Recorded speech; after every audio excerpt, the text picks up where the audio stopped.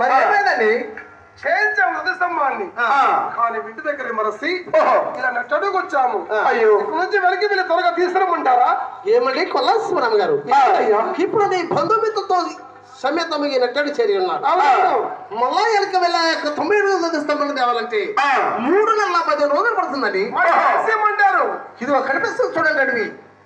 ఈ అడవిలో పోయి ఎత్తనైన ఒక సక్కల చెట్టు చూసి శివరామతను నరికించి పసుపు కుంకుమతో పూజించి ఈ సంవత్సరానికి యొక్క ధ్వజస్తంభాన్ని స్వామివారు పెట్టండి.